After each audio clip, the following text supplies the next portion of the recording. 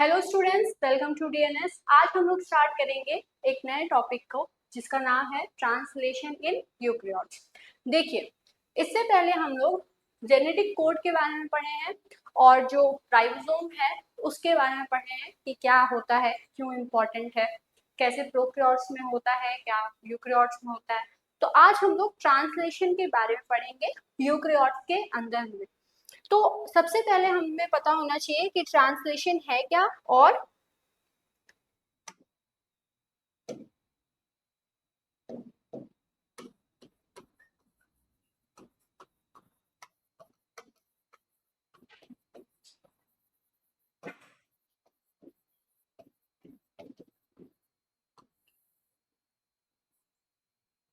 तो यूकेरियोट्स में कैसे राइबोसोम्स प्रेजेंट होते हैं ये हमें पता है, that is ATS ribosome.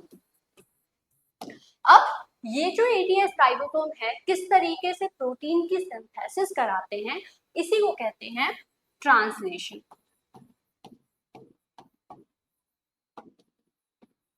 Translation में बहुत सारे ऐसे फैक्टर्स होते हैं जो कि हेल्प करते हैं, जिन्हें क्या कहते हैं, ट्रांसलेशनल फैक्टर्स कहते हैं, टीएफ कहते हैं। एंड ट्रांसलेशनल फैक्टर्स की अगर हम लोग बात करें तो जैसे हम लोग यूकेरियोट्स की बात कर रहे हैं तो यूकेरियोटिक ट्रांसलेशनल फैक्टर्स को ऐसे रिप्रेजेंट किया जाता है, that is small E and capital T and small F. That is कि ये जो है यूकेरियोटिक ट्रांसलेशनल फैक्टर्स को रिप्रेजेंट करता है। अब हम लोग जानते हैं कि जैसे ट्रांसलेशन में तीन इंपॉर्टेंट या तीन मेजर प्रोसेसेस होते हैं, दैट इज इनिशिएशन,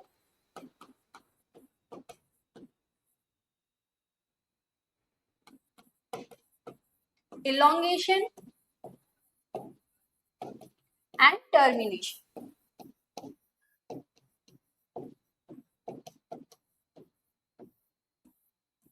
तो इनिशिएशन में जो ट्रांसक्रिप्शनल फैक्टर्स इन्वॉल्व होंगे उन्हें इनिशिएशनल ट्रांसक्रिप्शनल फैक्टर्स कहा जाता है।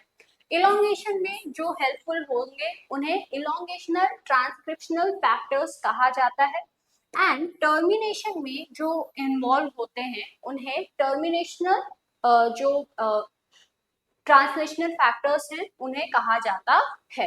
अब अगर हम लोग यूकेरियोट्स की बात करें तो यूकेरियोट्स के अंदर आपको याद होगा, तो इससे पहले भी आप पढ़े होंगे, तो यूकेरियोट्स में क्या होता है, ट्रांसलेशनल में बहुत सारी चीजें इन्वॉल्व होती हैं।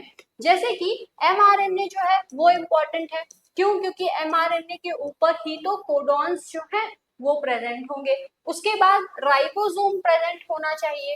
राइबोसोम कौन से वाला या फिर कौन सा टाइप प्रेजेंट होना चाहिए, यूकेरियोटिक राइबोसोम प्रेजेंट होने चाहिए।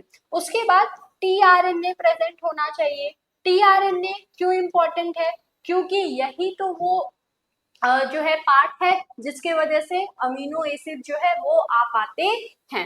एंड इससे पहले आप जब राइबोसोम को पढ़े होंगे तो उसके अंदर देखे होंगे कि जो यूकेरियोटिक राइबोसोम है वो एटीएस होता है, एटीएस राइबोसोम।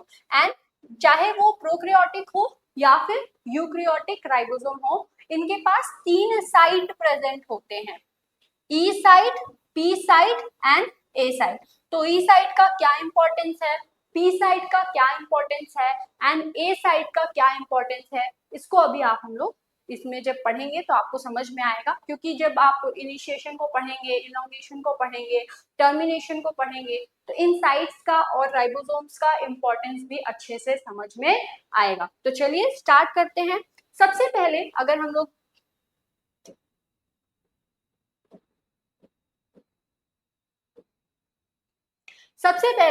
हम लोग बात करें यूकेरियोटिक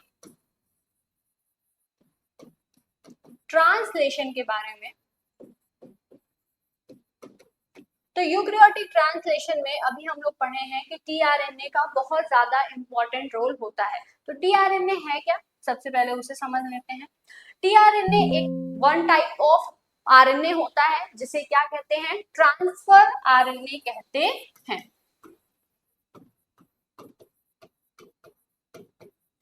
इसका काम क्या होता है, इसका काम ये होता है कि ये जब राइबोसोम कोडॉन्स को पढ़ते हैं एंड उसके बाद ये टीआरएनए जो है अमीनो एसिड को लाने का काम करता है। टीआरएनए को सॉल्युबल आरएनए भी कहा जाता है। तो इससे पहले कि हम लोग यूकेरियोटिक ट्रांसलेशन स्टार्ट करें, इससे पहले टीआरएनए जो है उसे हम लोग डिस्कस कर लेते हैं, क्योंकि प्रीवियस ईयर क्वेश्चन पेपर में टीआरएनए के बारे में पूछा हुआ था। ठीक है, तो टीआरएनए है क्या, उसके बारे में क्या उसकी हिस्ट्री है, क्या उसके फीचर्स हैं, थोड़ा सा उसको हम लोग पढ़ लेते हैं। तो टीआरएनए जो है, जिसे क्या कहते हैं, ट्रांसफर आरएनए कहते हैं। ये एक small well categorised RNA molecule है, जिसके ऊपर बहुत अच्छे से स्टडी की गई है, इसके हर पार्ट के बारे में बताया गया है, इसके क्या क्या इंपॉर्टेंस होते हैं। इसका बहुत ज्यादा इम्पोर्टेंट या कह सकते हैं बहुत की रोल होता है प्रोटीन सिंथेसिस में। इसका इम्पोर्टेंस जो है वो एडाप्टर की तरह होता है, एंड इस वजह से इसे एडाप्टर आरएनए भी कहा जाता है। इसका जो कंसेप्ट है कि ये जो है एडाप्टर की तरह वर्क करता है, ये एडाप्टर आरएनए है, ये इस चीज के बारे में बताता है कि ये जो है एक बहुत इम्पोर्टेंट मॉलिक्यूल है। ये न्यूक्लिक एसिड का जो लैंग्वेज है उसे प्रोटीन के लैंग्वेज में कन्वे करने तक में इसका बहुत ज्यादा इम्पोर्टेंट रोल है।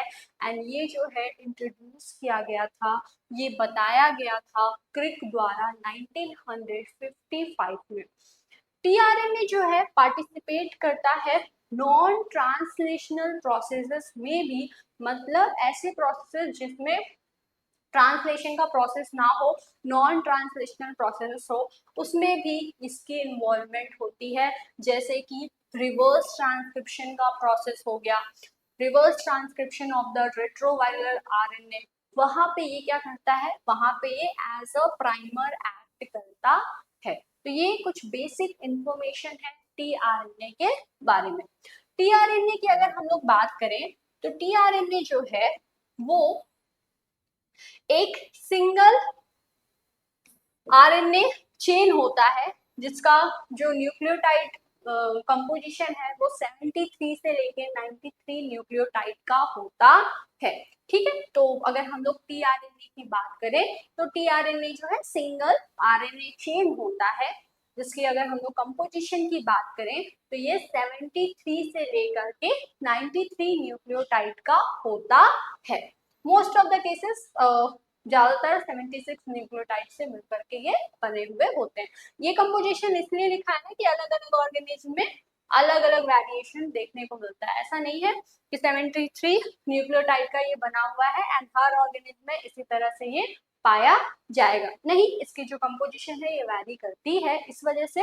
लेकिन हाँ, इसका रेंज 73 से 93 के बीच में ही होता है। ये प्रेजेंट कहाँ पे होगा, ये प्रेजेंट होता है साइटोसॉल में and semi autonomous organelles of all the living cells. Semi autonomous organelles कौन कौन से हैं, जल्दी से बताइए। सेमी ऑटोनॉमस ऑर्गेनल जैसे कि क्लोरोप्लास्ट हो गया, माइटोकॉन्ड्रिया हो गया, वहां पे ये प्रेजेंट होते हैं। हॉली और उसके जो वर्कर्स थे उन्होंने सबसे पहले, ये हॉली जो है वो साइंटिस्ट का नाम है, ठीक है, हॉली एंड इनके जो कोवर्कर्स थे उन्होंने सबसे पहले ये चीज बताया कि जो सीक्वेंस है ईस्ट के अंदर जो टीआरएनए प्रेजेंट है उसका क्या होता है 1965 में। तो ईस्ट को अगर आप देखें तो ईस्ट जो है यूक्रियोट है, तो इसके अंदर जो टीआरएनए प्रेजेंट है उसका क्या सीक्वेंस होता है उसको जो है हॉले ने बताया था, एंड उनके साथ उनके बहुत सारे कोवर्कर्स थे, उन्होंने इसके ऊपर वर्क किया था एंड 1965 में इसके सीक्वेंस के बारे में बताया था। किसके सीक्वेंस के बारे में, टीआरएनए, कौन से ऑर्गेनिज्म के, ईस्ट के। चलिए, उसके बाद detected by the primary sequence जो टीआरएनए है वो क्लोवर लीफ लाइक स्ट्रक्चर को फॉलो करता है। एंड अगर आप टीआरएनए के सेकेंडरी स्ट्रक्चर को देखें तो वो क्लोवर लीफ लाइक शो होता है एंड उसी को क्या कहते हैं, clover leaf law, sorry clover leaf model. ठीक है, इसके बाद अगर हम लोग बात करें कि ये जो है जब सेकेंडरी स्ट्रक्चर, जब इसका क्लोवर लीफ लाइक स्ट्रक्चर होता है तो उस क्लोवर लीफ लाइक मॉडल के अंदर आप इसका वेल डिफाइंड स्टेम एंड इसके जो लूप्स हैं वो देख सकते हैं। एंड यहाँ पे जो है इसके पास क्या क्या प्रेजेंट होता है, तो इसके पास एक्सेप्टर आर्म प्रेजेंट होता है, डी आर्म प्रेजेंट होता है, एंटीकोडॉन आर्म प्रेजेंट होता है, एंटीफाइसी आर्म प्रेजेंट होता है। ठीक है, तो इसको ऐसे लिख लीजिएगा, वाई फाई टी फाई सी आर्म। अब उसके बाद regardless of the length of the tRNA, जो नंबरिंग है वो कंजर्व न्यूक्लियोटाइड्स की वो हमेशा कांस्टेंट होती है। एंड क्लोवर लीफ लाइक जो कि सेकेंडरी स्ट्रक्चर होता है टीआरएनए का, वो फॉर्म होता है वर्चुअली ऑल टीआरएनए के लिए। ठीक है, तो इसे आप नोट कर लीजिए।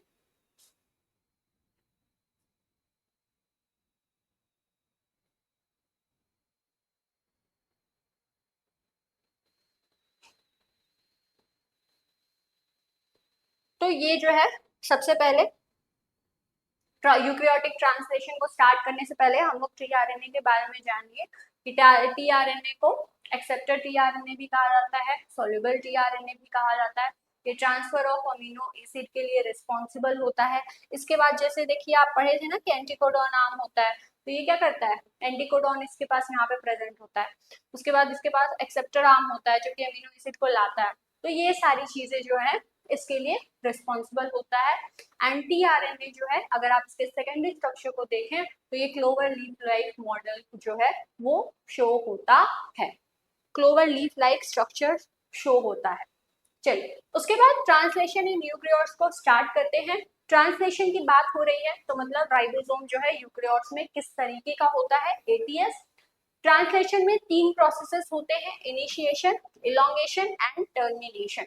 प्रोकैरियोट्स में जब आप देखेंगे तो सचमुच ऐसे ही इनिशिएशन, इलोंगेशन, टर्मिनेशन हो जाएगा। लेकिन बात हो रही है यूकैरियोट्स की, तो यूकैरियोट्स में क्या होता है, पहले प्री इनिशिएशन कॉम्प्लेक्स फॉर्म होता है। क्या होता है, प्री इनिशिएशन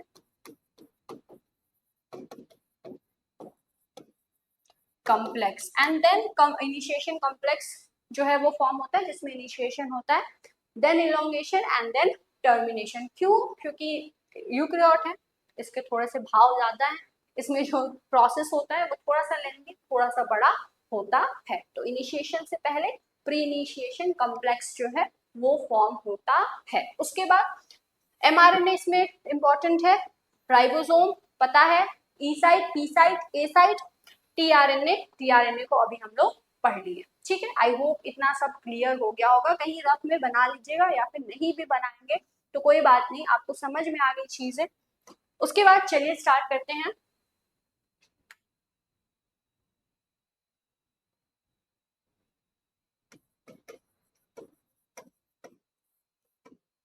टीआरएनए से, ठीक है, तो टीआरएनए के पास अभी हम लोग बात करें हैं कि बहुत सारे अलग अलग आर्म्स होते हैं।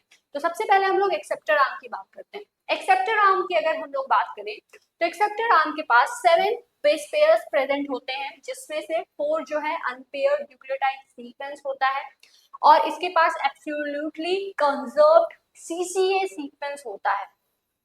ये क्या है, कंजर्व सीक्वेंस है। कंजर्व सीक्वेंस का मतलब क्या है, कंजर्व सीक्वेंस का मतलब ये है कि हर ऑर्गेनिज्म में, जैसे हम लोग बात किए थे ना कि जो टीआरएनए है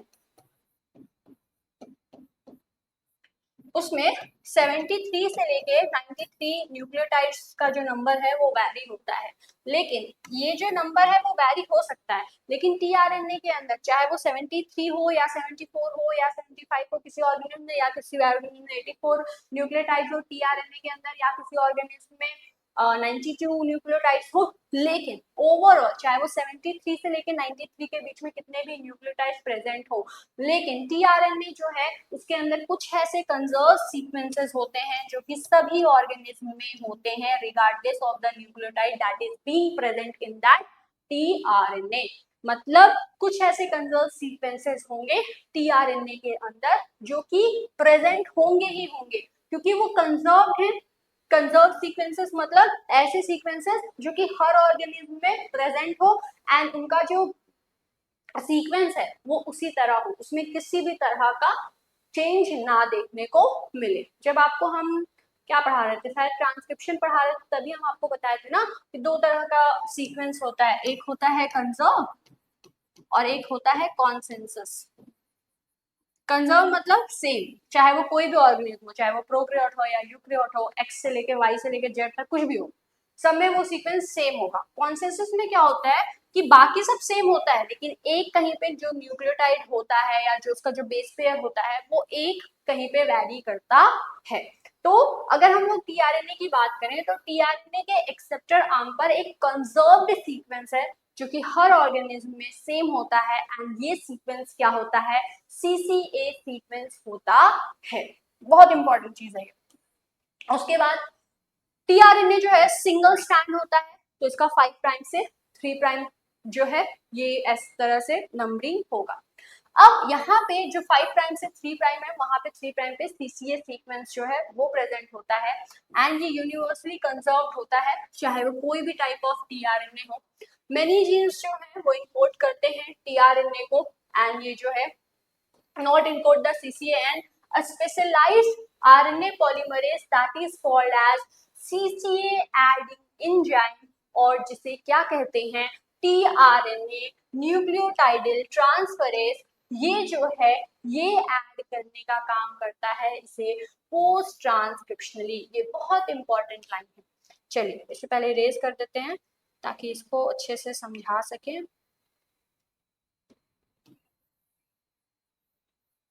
टीआरएनए बहुत इंपॉर्टेंट टॉपिक है, इस वजह से ट्रांसलेशन को स्टार्ट करने से पहले हम आपको बता रहे हैं इसके बारे में।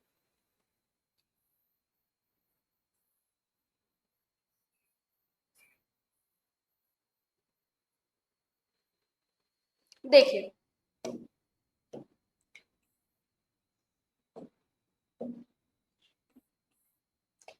अगर हम लोग बात करें टीआरएनए की, तो टीआरएनए में क्या होगा, टीआरएनए भी तो न्यूक्लियोटाइड से मिलकर ही बना हुआ है। तो ये कैसे बना होगा, किसी न किसी जीन के वजह से बना होगा। ठीक है, बहुत अच्छी बात है। टीआरएनए लेकिन क्या होता है कि टीआरएनए का बाकी का सारा पोर्शन जो है वो एंजाइम द्वारा कोड होता है, लेकिन अभी जो हम लोग बात कर रहे थे सीसीए के बारे में, सीसीए जो है ये कोड नहीं होता है, इसके लिए एक special type of enzyme present होता है जो कि सीसीए को बनाता है पोस्ट ट्रांसक्रिप्शनली।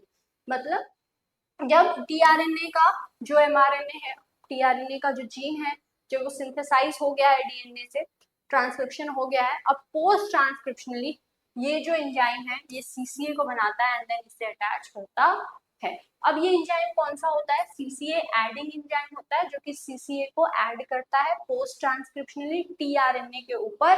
इस सीसीए एडिंग एंजाइम का नाम और क्या है, इस सीसीए एडिंग एंजाइम का नाम है टीआरएनए न्यूक्लियोटाइडल ट्रांसफरेज, एंड ये इसे पोस्ट ट्रांसक्रिप्शनली ऐड करता है। ठीक है, तो CCA adding enzyme that is also known as tRNA nucleotidyl transferases. अब ये जो है टीआरएनए न्यूक्लियोटाइडल ट्रांसफरेज जो है इसे ऐड करता है। उसके बाद एज इट नेम इंडिकेट ये एंजाइम जो है ऐड करता है टर्मिनल पोजीशन पर सीसीए को to the tRNA, and initially ये लैक करता है इस सीक्वेंस को विदाउट एन आरएनए और डीएनए टेम्पलेट। ठीक है, तो ये चीज जो भी हमने समझाया कि पहले नहीं होता है, पोस्ट ट्रांसक्रिप्शनली होता है। चलिए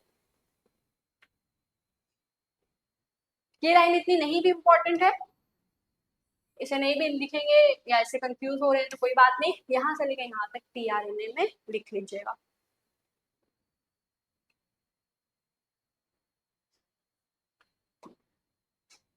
चलिए उसके बाद जैसे कि अभी हम लोग बात कर रहे हैं कि टीआरएनए के बारे में हम लोग पढ़ लिए हैं, अब हम लोग राइबोसोम को थोड़ा सा डिस्कस कर लेते हैं। किसका ट्रांसलेशन हम लोग पढ़ रहे हैं, यूकैरियोट का ना, तो किसके राइबोसोम को हम लोग पढ़ेंगे, यूकैरियोटिक राइबोसोम को।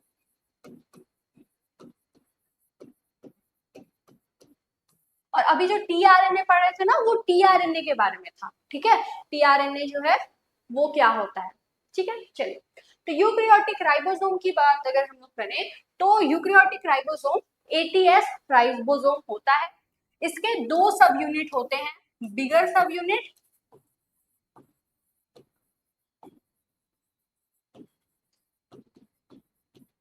And smaller subunit. ठीक है, बिगर सब यूनिट 60S राइबोसोम कहलाता है या 60S सब यूनिट कहलाता है, एंड स्मॉलर सब यूनिट जो है वो 40s, यहाँ 5 लिखा है, आप एस कर लीजिएगा, 40s राइबोसोम होता है, ठीक है। उसके बाद अगर हम लोग बात करें कि राइबोसोम में जैसा कि हम लोग पढ़े थे कि जो राइबोसोम्स होते हैं उनके जो सब यूनिट्स होते हैं इनमें आरआरएनए प्रेजेंट होता है and different number of proteins present होते हैं। तो अगर हम लोग यूकेरियोट्स की बात करें तो इसका जो बिगर यूनिट होता है, अगर हम लोग इसके टीआरएनए की बात करें तो इसमें 28s टीआरएनए प्रेजेंट होगा, ठीक है।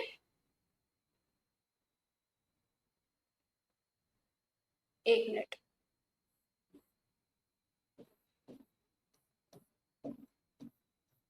थोड़ा इसमें टाइपिंग एरर है, पहले हम सही कर देते हैं उसके बाद आपको बताते हैं।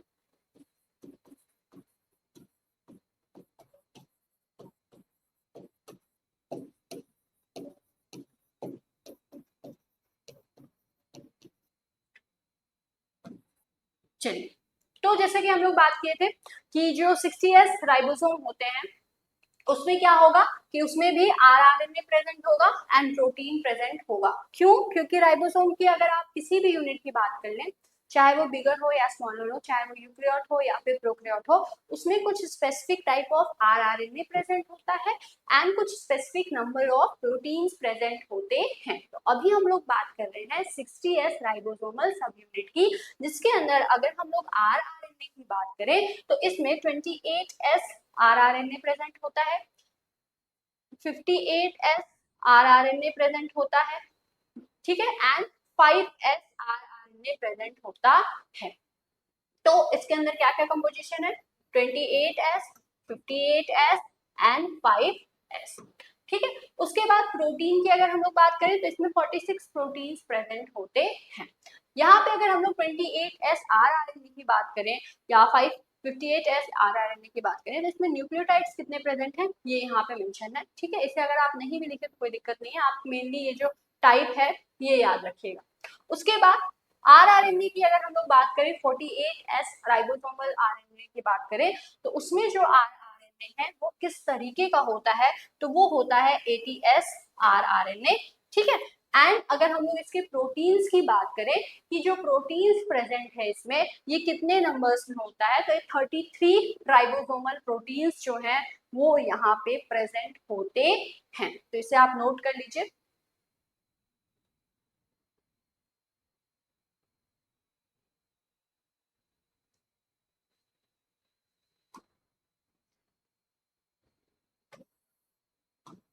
चलिए, तो अभी तक हम लोग टीआरएनए को पढ़ लिए, राइबोसोम को पढ़ लिए। अब हम लोग का जो टॉपिक है वो स्टार्ट होता है, that is translation initiation in eukaryotes. Eukaryotes में कैसे ट्रांसलेशन का इनिशिएशन होता है।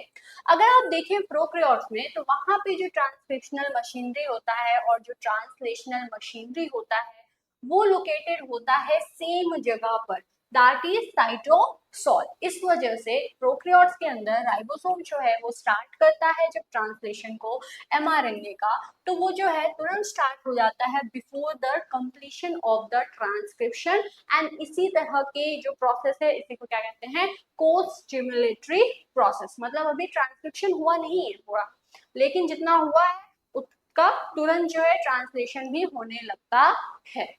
अब ये जो सिचुएशन है वो कोर ट्रांसक्रिप्शनल ट्रांसलेशन कहलाता है। यहाँ पे एक एंड पे जब आरएनए सिंथेसाइज हुआ है उसी पे राइबोसोम आएगा, बाइंड हो जाएगा 5 एंड ऑफ द एमआरएनए पर एंड स्टार्ट करने लगेगा translating of that nascent transcript. In contrast अगर आप देखें यही चीज सिचुएशन इन प्रोकैरियोट्स, जो ट्रांसलेशन होता है यूकेरियोट्स में ये कंप्लीटली सेपरेट होता है फ्रॉम द ट्रांसक्रिप्शन। क्यों? क्योंकि ट्रांसक्रिप्शन यूकेरियोट्स में न्यूक्लियस पे हो रहा है एंड ट्रांसलेशन यूकेरियोट्स में कहाँ पे हो रहा है, साइटोसोल में हो रहा है। तो ट्रांसलेशन अगर हम लोग देखें यूकेरियोट्स के अंदर तो वो कहाँ पे हो रहा है, साइटोप्लाज्म में हो रहा है, ठीक है। एंड इसी वजह से जब हम लोग शुरू में बात कर रहे थे कि जो यूकेरियोट्स होते हैं उनके ज्यादा भाव होते हैं। क्यों ज्यादा भाव होते हैं? क्योंकि उनका प्रोसेस ही कॉम्प्लेक्स है ना। जब ट्रांसक्रिप्शन न्यूक्लियस में हो रहा है, ट्रांसलेशन साइटोप्लाज्म में होना है, तो ये प्रोसेस अपने आप ही कॉम्प्लिकेटेड हो जाती है। उसको सबसे पहले ट्रांसक्रिप्शन के बाद पोस्ट ट्रांसक्रिप्शनल प्रोसेसेस की जरूरत पड़ती है। ट्रांसलेशन शुरू होने से पहले भी, इनिशिएशन से पहले, उससे पहले प्री इनिशिएशन कॉम्प्लेक्स फॉर्म होता है, फिर इनिशिएशन कॉम्प्लेक्स होता है, फिर इलोंगेशन होता है, फिर टर्मिनेशन होता है। ट्रांसलेशन जब कंप्लीट भी हो जाता है तो यहाँ पे सिंपली ट्रांसलेशन कंप्लीट नहीं होता है। ट्रांसलेशन जब कंप्लीट हो जाता है तो उसके बाद भी पोस्ट ट्रांसलेशनल प्रोसेसेस होते हैं। कहाँ पे? यूक्रियोट्स के अंदर। ठीक है, चलिए ये जो इवेंट हो रहे हैं ये सेपरेट कंपार्टमेंट में होते हैं यूक्रियोट्स के अंदर, जहां पे ट्रांसक्रिप्शन हो रहा है न्यूक्लियस में एंड ट्रांसलेशन जो है वो साइटोसॉल में होता है। इस वजह से अगर आप देखें यूक्रियोट्स के अंदर तो जो ट्रांसलेशन होता है वो पोस्ट ट्रांसक्रिप्शनली होता है। ठीक है, तो यहाँ पे दो इंपॉर्टेंट क्वेश्चन बन रहे हैं। चलिए पहले आप इसे नोट कर लीजिए फिर बताते हैं। ये लेक्चर थोड़ा सा लंबा हो जाएगा क्योंकि ये टॉपिक बहुत हार्ड है।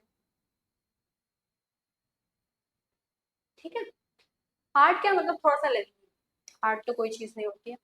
चलो अब अगर हम लोग देखें कि यहाँ पे दो चीजें लिखी हुई हैं कि को ट्रांसक्रिप्शनल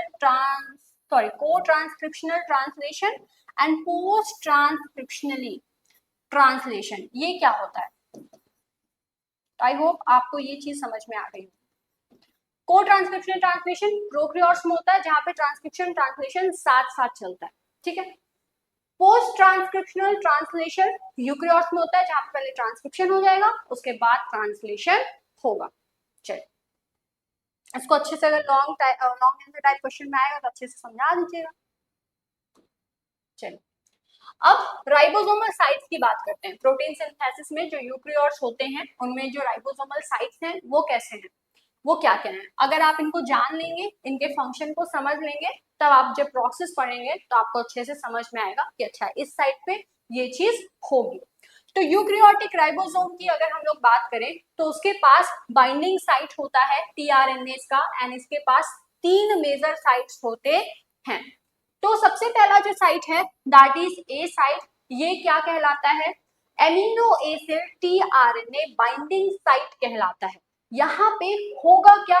यहाँ पे होता है कि जब इलोंगेशन स्टार्ट होती है तो यहाँ पे जो इनकमिंग एमिनो एसिड टीआरएनए आया है वो यहीं पे आकर के बाइंड होता है। ठीक है, उसके बाद पेप्टाइडिल टीआरएनए बाइंडिंग साइट जो कि पी साइट होता है, यहाँ पे क्या होता है?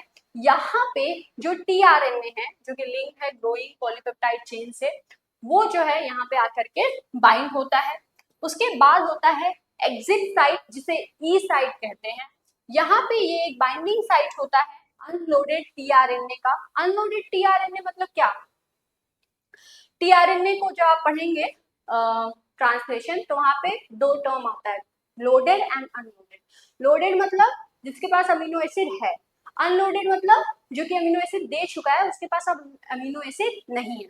पहले तो ये टीआरएनए दे चुका है ना, अब वो खाली हो गया है क्योंकि दूसरा अमीनो एसिड दूसरा टीआरएनए दूसरे अमीनो एसिड को ले आया। तो पहला वाला जो है जो कि अमीनो एसिड दे दिया है अब वो क्या कहलाएगा? अनलोडेड ही कहलाएगा ना। और ये अनलोडेड टीआरएनए कहाँ पे जाके बाइंड होता है? ई साइड पे। क्यों? क्योंकि अब इसको एग्जिट होना है। चलिए prior to its release from the ribosome. उसके बाद अगर आप देखें ये तीनों के तीनों ही साइट, चाहे ए साइट हो, पी साइट हो, ई साइट हो, ये जो है फॉर्म होता है by the rRNA molecule in the ribosome. तो राइबोसोम में हम लोग पढ़े हैं कि जो आरआरएनए है वो प्रेजेंट होते हैं। आरआरएनए के बहुत सारे फंक्शंस होते हैं, उनमें से एक फंक्शन ये भी है कि ये जो साइट्स होते हैं A site, P site and E site, ये आरआरएनए जो है इनको बनाने के लिए हेल्पफुल होता है। तो इसे जल्दी से नोट कर लीजिए।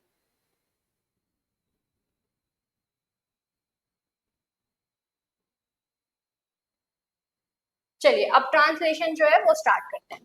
Translation initiation in eukaryotes. Translation किस तरीके से यूकैरियोट्स में होता है? तो इनिशिएशन की अगर हम लोग बात करें ट्रांसलेशन में यूकैरियोट्स के अंदर, तो ये कॉम्प्लेक्स प्रोसेस होता है। इसमें एटलीस्ट 10 यूकैरियोटिक इनिशिएशन फैक्टर्स जो हैं वो इन्वॉल्व होते हैं। एंड ये मेनली 4 स्टेप में डिवाइडेड है। ये 4 स्टेप कौन कौन सा है? सबसे पहला स्टेप होता है राइबोसोम का डिसोसिएशन। सबसे पहले राइबोसोम डिसोसिएट होता है अपने अपने सब यूनिट्स में। उसके बाद दूसरा स्टेप होता है formation of the 43S pre initiation complex. तो हम लोग जो बात कर रहे थे कि प्री इनिशिएशन कॉम्प्लेक्स का फॉर्मेशन होता है, फिर उसके बाद इनिशिएशन कॉम्प्लेक्स फॉर्म होता है। तो ये जो प्री इनिशिएशन कॉम्प्लेक्स है वो कैसा होता है? तो वो 43S प्री इनिशिएशन कॉम्प्लेक्स होता है।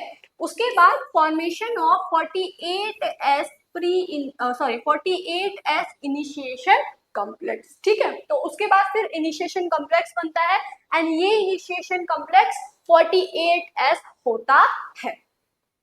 उसके बाद फॉर्मेशन होता है 80S इनिशिएशन कॉम्प्लेक्स का। इसमें होता क्या है ना कि पहले जो है सिर्फ और सिर्फ जब राइबोसोमल डिसोसिएशन होता है तो दोनों सब यूनिट अलग हो जाते हैं, तो बड़ा वाला अलग हो जाता है और स्मॉल वाला जो है वो प्रेजेंट होता है। उस पर mRNA आता है और अभी आप पढ़ेंगे कि अदर इनिशिएशन फैक्टर्स भी आते हैं। ठीक है, लास्ट वाले स्टेप में जो बिगर सब यूनिट जो कि पहले स्टेप में अलग हो गया था, डिटैच हो गया था, वो आकर के फिर से अटैच हो जाता है एंड इसके वजह से पूरा का पूरा ये जो 80S इनिशिएशन कॉम्प्लेक्स है ये बन जाता है। अभी उतना डिटेल में नहीं जाना है, स्टेप बाय स्टेप जैसे हम पढ़ाएंगे तब आप याद करिएगा। अभी के लिए इतना जानते रहिए कि सबसे पहले इनिशिएशन जब होता है यूकैरियोट्स के अंदर तो सबसे पहला होता है राइबोसोम का डिसोसिएशन। उसके बाद होता है formation of 43S pre initiation complex. उसके बाद होता है formation of 48S initiation complex. उसके बाद होता है formation of 80S initiation complex. तो इसे आप नोट कर लीजिए।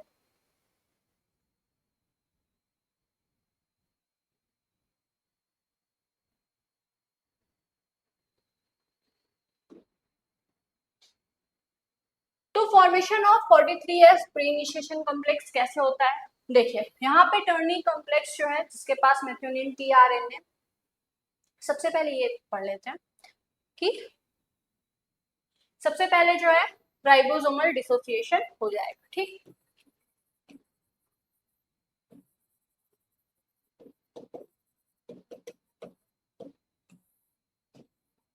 उसके बाद सेकेंड स्टेप में क्या होगा कि formation of 43S initiation complex जो है वो फॉर्म होता है। अब यहाँ पे क्या होगा कि जो टर्नरी कॉम्प्लेक्स है जिसके पास क्या प्रेजेंट है methionine tRNA and eukaryotic initiation factor 2, वो जाकर के बाइंड होगा GTP से एंड यहाँ पे ये अटैच होता है 48S राइबोसोमल सब यूनिट से, जो कि अभी हम लोग पढ़े थे कि स्मॉलर वाला सब यूनिट रह जाता है, बिगर वाला जो है वो अलग हो जाता है। तो इस 43S राइबोसोमल सब यूनिट पर ये टर्नरी कॉम्प्लेक्स जो है आकर के अटैच होता है एंड फॉर्म करता है 43S प्री इनिशिएशन कॉम्प्लेक्स को। यहाँ पे जो प्रेजेंस है eukaryotic initiation factor 3 and eukaryotic initiation factor 1A ये स्टेबलाइज करता है इस कॉम्प्लेक्स को। ठीक है, जीटीपी के हेल्प से। तो ये जो है यहाँ पे होता है, इसे आप नोट करिए।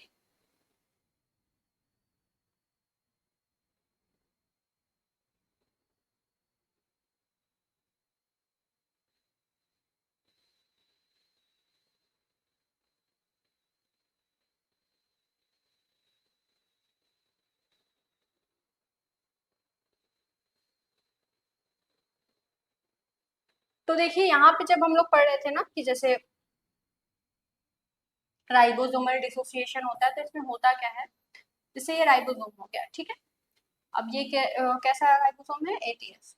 यहाँ पे दो फैक्टर्स आते हैं, कौन कौन से? यूकैरियोटिक इनिशिएशन फैक्टर 1A आएगा एंड यूकैरियोटिक इनिशिएशन फैक्टर 3 आता है। इससे होता क्या है कि ये वाला क्या है, ये वाला 40S सब यूनिट है और ये क्या है 60S। तो 60S अलग हो जाता है एंड जो 40S है वो प्रेजेंट रहेगा। अब यहाँ पे ये दोनों आए तो ये दोनों रहेंगे भी तो 1A एंड 3।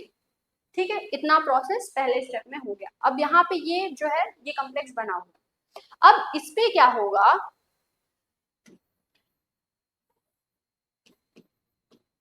ये बन गया था ना पहले स्टेप में। अब सेकेंड स्टेप में जब 43 प्री इनिशिएशन कॉम्प्लेक्स फॉर्म होता है तो यहाँ पे होता क्या है कि यहाँ पे एक टर्नी कॉम्प्लेक्स आता है। टर्नी कॉम्प्लेक्स के अंदर क्या होता है, तीन चीजें प्रेजेंट होती है, ठीक है। ये कौन कौन सी चीजें होंगी, ये जो है पहला होगा फॉर्मिल मेथियोनिन टीआरएनए, ठीक है। क्यों, क्योंकि फॉर्मिल मेथियोनिन टीआरएनए की इंपॉर्टेंस है, क्योंकि एमआरएनए पे क्या होगा, स्टार्ट कोडॉन से ही स्टार्ट होगा ना इनिशिएशन, ठीक है। तो वहां पे प्रोकैरियोट्स में हम लोग पढ़े हैं कि फॉर्मिल मेथियोनिन टीआरएनए आता है, ठीक है। यहाँ पे जो फॉर्मिल मेथियोनिन टीआरएनए है, मेथियोनिन टीआरएनए ये आएगा, सॉरी यूकैरियोट्स की अगर हम लोग बात करें तो प्रोकैरियोट्स में जो है फॉर्मिल मेथियोनिन टीआरएनए आता है, एंड यूकैरियोट्स की अगर हम लोग बात करें तो उसमें मेथियोनिन टीआरएनए आता है। तो मेथियोनिन टीआरएनए जो है वो प्रेजेंट रहता है इस टर्नरी कॉम्प्लेक्स में।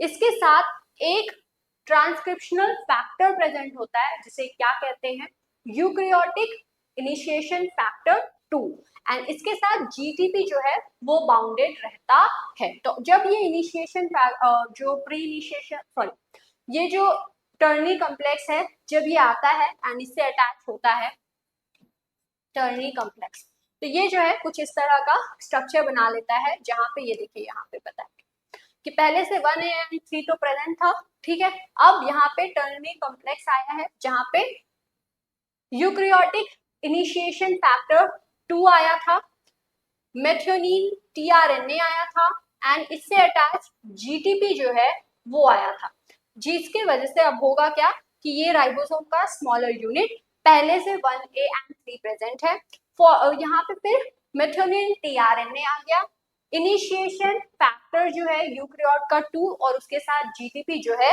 वो आ गया है, एंड यही कॉम्प्लेक्स जो है ये 43S प्री इनिशिएशन कॉम्प्लेक्स कहलाता है।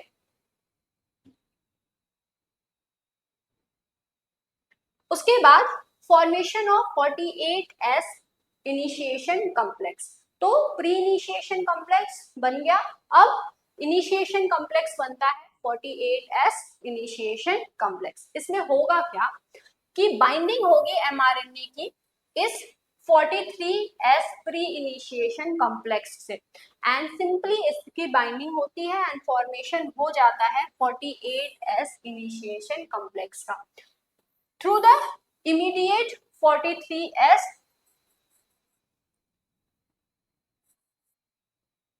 Initiation complex. यहाँ पे जो है eukaryotic initiation factor 4F complex जो है वो फॉर्म हुआ है by the association of the eukaryotic initiation factor 4G, eukaryotic initiation factor 4A with the eukaryotic initiation factor 4E।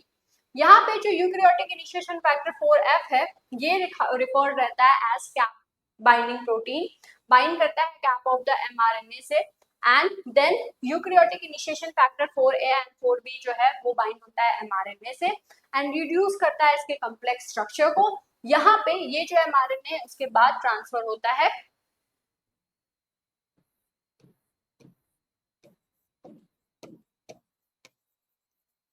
43S complex के साथ। तो अगर आप देखें कि एमआरएनए जो है वो आकर के अटैच होता है, तो ये एमआरएनए जो है अटैच होता है एंड 48S इनिशिएशन कॉम्प्लेक्स को फॉर्म करता है। अगर हम लोग देखें बात कि एमआरएनए जो है वो किस तरीके से आकर के बाइंड हो रहा है, तो इस एमआरएनए पे जो है पहले से मॉडिफिकेशन हो जाते हैं, इनमें कैप प्रेजेंट होते हैं। क्यों, क्योंकि एमआरएनए सिंपली तो ऐसा होगा नहीं ना, एमआरएनए किसका एमआरएनए, यूकैरियोट का एमआरएनए है, यूकैरियोटिक एमआरएनए के पास क्या होगा, कैपिंग तो हुई होगी ना ट्रांसक्रिप्शन के बाद, तो ये आकर के इससे अटैच हो जाता है।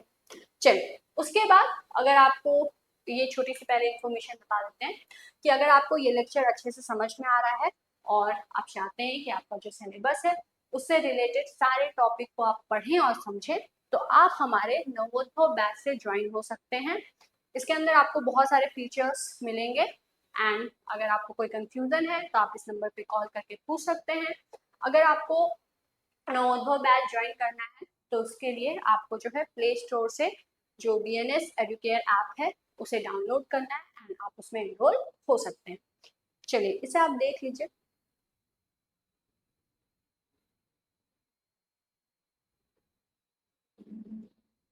हो गया।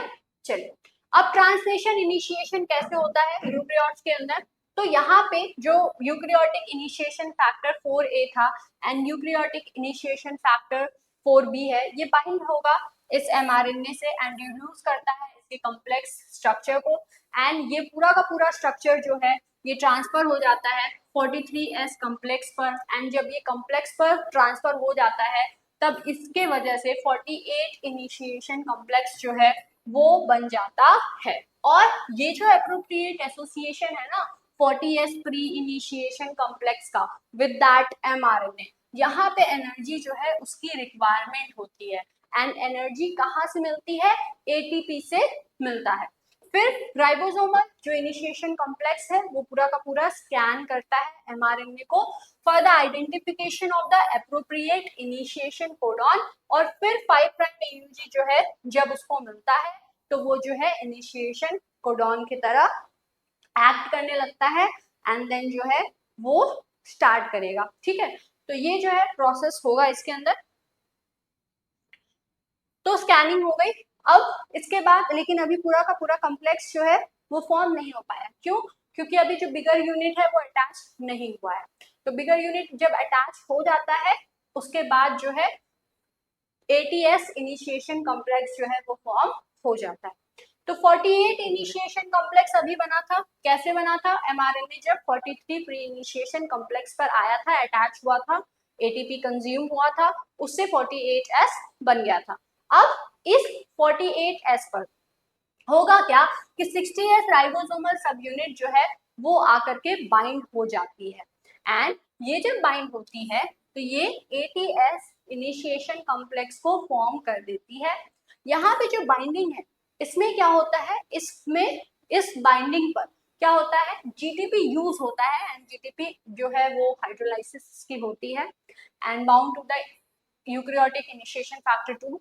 यहाँ पे इस स्टेप में जो इनिशिएशन फैक्टर इन्वॉल्व होता है जो कि इस स्टेप के लिए इम्पोर्टेंट है एंड ATS जो इनिशिएशन कॉम्प्लेक्स है उसको फॉर्म करने के लिए इम्पोर्टेंट है। ATS इनिशिएशन कॉम्प्लेक्स इसके वजह से फॉर्म होता है एंड ये जो है ये इनिशिएशन फैक्टर कौन सा होता है, ये इनिशिएशन फैक्टर होता है यूकैरियोटिक इनिशिएशन फैक्टर 5। ठीक है, अब इसके बाद क्या होगा कि जैसे ही ATS कॉम्प्लेक्स जो है वो फॉर्म हो गया है इसके बाद जो अदर जो इनिशिएशन फैक्टर्स हैं जो कि बाउंड है 48S इनिशिएशन कॉम्प्लेक्स के साथ, ये क्या हो जाते हैं, ये रिसाइकिल हो जा सबसे पहले रिलीज हो जाते हैं एंड देन रिसाइकिल होते हैं। मतलब जब इनका जब जहाँ पे यूज होता है फिर से 48 इनिशिएशन कॉम्प्लेक्स वगैरह में फिर से वो वहां पे यूज होते हैं, लेकिन अभी के लिए यहाँ पे इससे ये रिलीज आउट हो जाते हैं। तो इसे आप नोट कर लीजिए।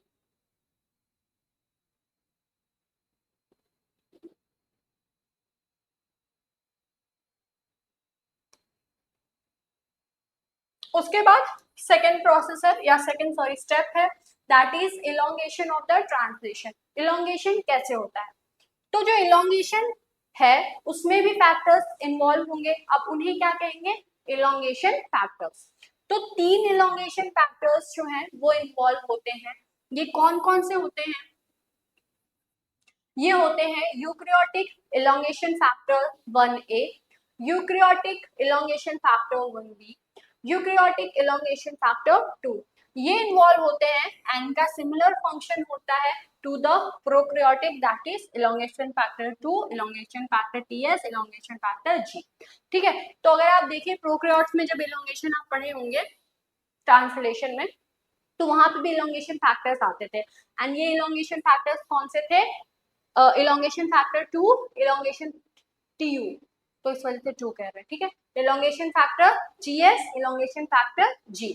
वैसे ही इन्हीं के तरह इन यहाँ पे जो यूकैरियोट्स में इन्वॉल्व होते हैं इन्हीं के तरह जो फंक्शन होता है वो किसका किसका होता है, IA का, IB का एंड 2 का। ठीक है, यहाँ पे TU है वहां पे 2 है, इसको बहुत अच्छे से याद रखिएगा, TU एंड 2। चलिए, इसके बाद यहाँ पे जो इनिशिएटर tRNA है सबसे पहले क्या करेगा, वो ऑक्यूपाई कर लेगा P साइट को with in the ribosome and यहाँ पे जो A साइट है वो रेडी है ताकि वो रिसीव कर सके एमिनो एसिड tRNA को। अब जब चेन इलोंगेशन हो रहा है उस समय पे ईच एडिशनल एमिनो एसिड जो है वो ऐड होते हैं to the nascent polypeptide chain in a 3 step process.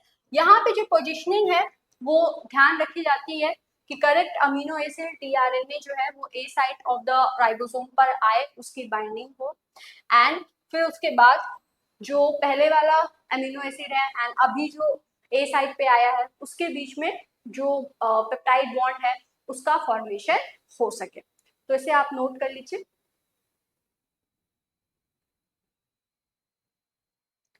अच्छा, यूकैरियोट्स में एक और बहुत इंपॉर्टेंट चीज होती है, that is charging of tRNA. ठीक है, चार्जिंग ऑफ टीआरएनए क्या होता है उस पर थोड़ा सा आप पढ़ लीजिएगा। ठीक है, अमीनो एसिड ऐसे ही टीआरएनए ऐसे ही किसी भी अमीनो एसिड को नहीं ले लेता है, पहले चार्जिंग ऑफ टीआरएनए होता है तब वो अमीनो एसिड को लेता है एंड देन जो है वो आता है ट्रांसलेशन। चलिए, अब यहाँ पे जो शिफ्टिंग है एमआरएनए की, वो one codon relative to the ribosome that is another codon that is translocation, वो होते रहती है। मतलब एक का काम हो गया, अब राइबोसोम आगे बढ़ेगा, ठीक है, एंड दूसरे कोडॉन को रीड करेगा, ये चीज है।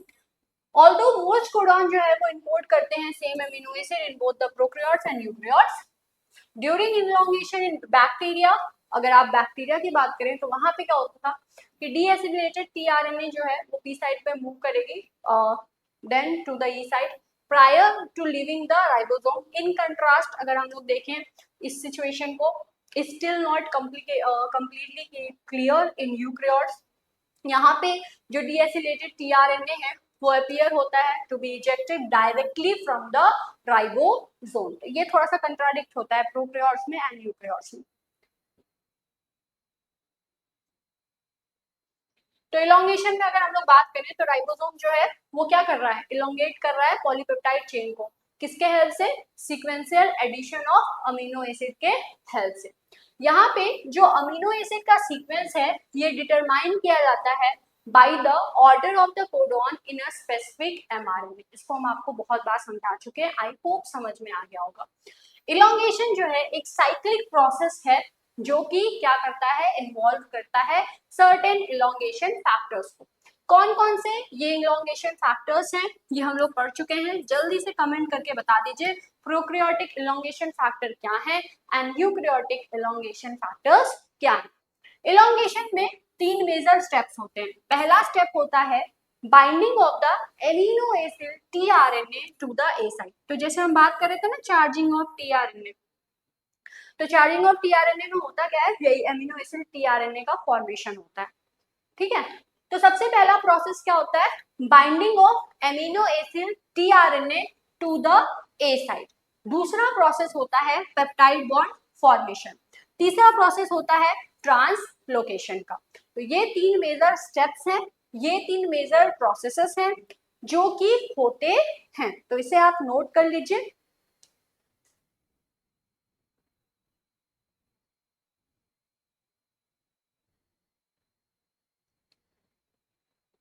उसके बाद ट्रांसलोकेशन में क्या चीजें होती हैं, तो ट्रांसलोकेशन सिंपली एक ऐसा प्रोसेस है जिसमें राइबोसोम एक कोडॉन से नेक्स्ट कोडॉन पर मूव करता है। तो राइबोसोम जो है वो मूव करेगा next codon of the mRNA towards the 3 prime and, ठीक है, एंड ये जो प्रोसेस है यही ट्रांसलोकेशन कहलाती है, जिसमें इन्वॉल्वमेंट होता है ग्रोइंग पेप्टाइड चेन का from the A side to the P side. Translocation के लिए जो फैक्टर है वो रिस्पॉन्सिबल होता है that is elongation factor 2 and यहाँ पे क्या लिखा रहेगा, यहाँ पे यूकैरियोटिक इलोंगेशन फैक्टर 2, ठीक है, एंड यहाँ पे जीटीपी की यूज होती है। जीटीपी हाइड्रोलाइज होता है एंड ये सप्लाई करता है एनर्जी को ताकि राइबोसोम जो है वो एमआरएनए पर मूव हो सके। Elongation factor 2 and GTP complex जो है वो बार बार रिसाइकल होते रहती है, ठीक है, ट्रांसलोकेशन के लिए, एंड अबाउट 6 अमीनो एसिड पर सेकेंड जो इनकॉर्पोरेशन है वो होता है during the course of the elongation of the translation in eukaryotes. तो अगर हम लोग यूकैरियोट्स की बात करें तो इसमें अगर आप रेट की बात करें तो अबाउट 6 अमीनो एसिड पर सेकेंड incorporate होता है during the course of the translocation in eukaryotes during the process that is elongation. उसके बाद last process that is termination of translation. Termination में फैक्टर्स इन्वॉल्व होंगे एंड ये अगर आप बात करें यूक्रियोट्स में तो जो टर्मिनेशन है इलोंगेशन के ऊपर डिपेंड करता है कि जब इलोंगेशन हो गया ठीक है, लेकिन इलोंगेशन पे अगर उस कोडॉन पे स्टॉप कोडॉन आ गया है तो फिर टर्मिनेशन होगा. तो टर्मिनेशन ऑफ यूक्रियोट्स, यहाँ इलोंगेशन नहीं यूक्रियोट्स होगा, ठीक है. तो टर्मिनेशन ऑफ यूक्रियोट्स जो है वो किसके ऊपर डिपेंड करता है? यूक्रियोटिक रिलीज फैक्टर के ऊपर डिपेंड करता है. प्रोकैरियोट्स को जब आप पढ़े होंगे तो प्रोकैरियोट्स में प्रोकैरियोटिक रिलीजिंग फैक्टर्स इन्वॉल्व होते हैं. यूक्रियोट्स में जो फैक्टर्स हैं वो क्या कहलाते हैं? Eukaryotic release factor. यूक्रियोट्स के अंदर eukaryote release factor that is ERF1 ये रिकॉग्नाइज करता है सभी टर्मिनल कोडॉन्स को, that is UAA, UAG, UGA. Prokaryotes में ऐसा नहीं, उसमें अलग अलग होता है. यहाँ पे एक ही फैक्टर है जो कि तीनों को ही रिकॉग्नाइज कर लेता है. यहाँ पे इस वजह से इसका जो टर्मिनेशन है ना प्रोकैरियोट्स के कंपैरिजन में ये थोड़ा सा सिंपल है, ठीक है. चलिए यूक्रियोटिक क्योंकि यहाँ एक ही फैक्टर है, यहाँ वहां पे दो रहता है. यूक्रियोटिक रिलीज फैक्टर जो है वो क्या कर रहा है? वो तीनों कोडॉन्स को दैट इज स्टॉप कोडॉन उसे रिकॉग्नाइज कर ले रहा है. अब इसके बाद क्या होगा? With the help of protein that is eukaryotic release factor 3 अब टर्मिनेशन जो है वो ट्रांसलेशन का हो जाता है. उसके बाद जब टर्मिनेशन हो रहा है तो यहाँ पे जो राइबोसोम है वो डिसअसेंबल हो जाएगा एंड जो कंप्लीट पॉलीपेप्टाइड है वो रिलीज हो जाएगा, ठीक है. तो ये जो प्रोसेस है ये ऑलमोस्ट सिमिलर होता है प्रोकैरियोट्स की तरह ही, बस वहां पे अलग अलग फैक्टर थे जो स्टॉप कोडॉन है उनको रिकॉग्नाइज करने के लिए, यहाँ पे एक ही है. एंड सिंपली जब टर्मिनेशन हो जाएगा तो राइबोसोम जो है वो डिसअसेंबल हो जाता है, अलग अलग हो जाता है. अब साथ में रहने का क्या काम, ठीक है. उसके बाद फिर कंप्लीट पॉलीपेप्टाइड चेन जो है जो कि फॉर्म हुई थी वो रिलीज हो जाएगी एंड ये प्रोसेस जो है सिमिलर होगी प्रोकैरियोट्स की तरह. तो आई होप आपको जो टर्मिनेशन है ट्रांसलेशन का यूक्रियोट्स के अंदर ये समझ में आ गया होगा. तो इसे आप नोट कर लीजिए.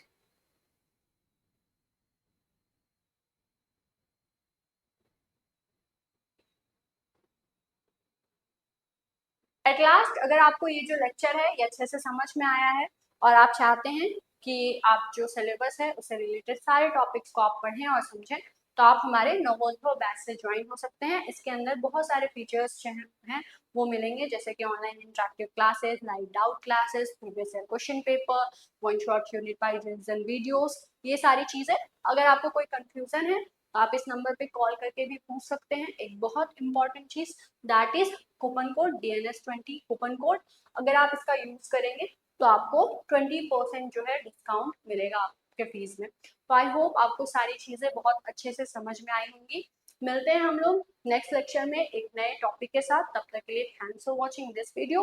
हाँ, एक बहुत इंपॉर्टेंट चीज आपके लिए होमवर्क कि आपको हम सारे प्रोसेसेस बता दिए हैं. अब आपका ये होमवर्क है कि आपको अपने नोट्स में डायग्राम को ऐड करना है, ठीक है. कि इनिशिएशन कैसे होगा, एलोंगेशन कैसे होगा, टर्मिनेशन कैसे होगा, उसमें कौन कौन से फैक्टर कैसे कैसे आकर के अटैच हो रहे हैं. क्योंकि अगर आप देखिए रेप्लिकेशन हो या ट्रांसक्रिप्शन हो या ट्रांसलेशन हो विदाउट डायग्राम वो इनकम्प्लीट होंगे, ठीक है. तो आई होप आपको ये चीज समझ में आ गई होगी. मिलते हैं हम लोग नेक्स्ट लेक्चर में एक नए टॉपिक के साथ. तब तक के लिए thanks for watching this video.